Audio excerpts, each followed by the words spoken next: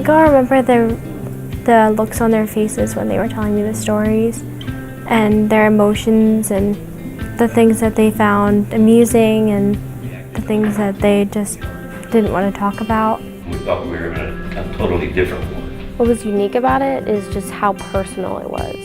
Like, you really got into who they are. It's not just reading about them on a piece of paper, it's hearing them. And that's different than anything you read or look at in a textbook or a piece of paper. Usually with traditional school projects, you'll do something on a computer or just research it, but we got a live veteran to come in and give us information, so you get the live, real details instead of searching it or looking on the internet. History books don't talk back to you.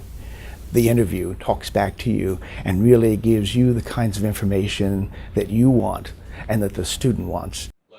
The idea of using oral history in the classroom as an educational methodology is really having students assume the role of historian. They do everything from selecting a topic, researching, interviewing, all the way through to creating a product. Okay. Our teacher assigned us groups, and we were given a person, and ahead of time we had a list of questions that we should ask, and we all came up with questions together of background questions, experience questions, and things like that. We're making sure that all the questions were appropriate to ask and that nothing would be uncomfortable for the veteran to talk about. We made sure they were good questions that didn't just state one thing, but it opened up to multiple events that had happened. I went to Vietnam when I was 19 years old.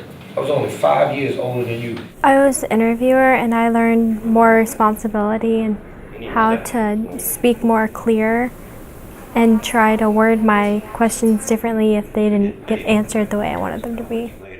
I was the executive producer. What I did was I sat behind the interviewer as to not distract the veteran. And if the interviewer missed any questions, I would hand her a note saying a certain question or a topic or something to talk about. And if the veteran started crying, we wanted to change the subject, and I sent her a note suggesting a happier subject, like your favorite story, your happiest memory.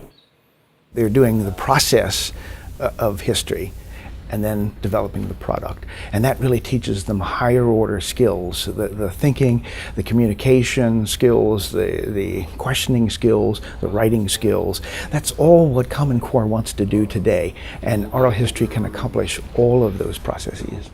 It's making me really like history.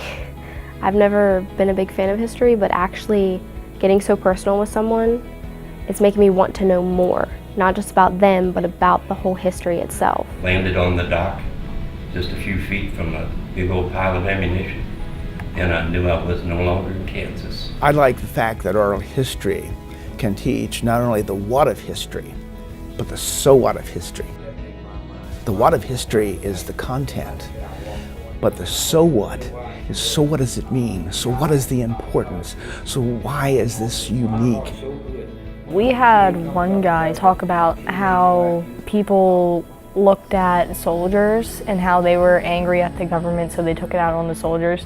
He talked about that and how it made him feel and how it affected all the other soldiers. I've learned that you should always respect troops because you don't know what they've gone through. They go through some pretty serious stuff, and you should always remember them. Yeah, very serious. All right. Thank you very much. Thank you for thanking me.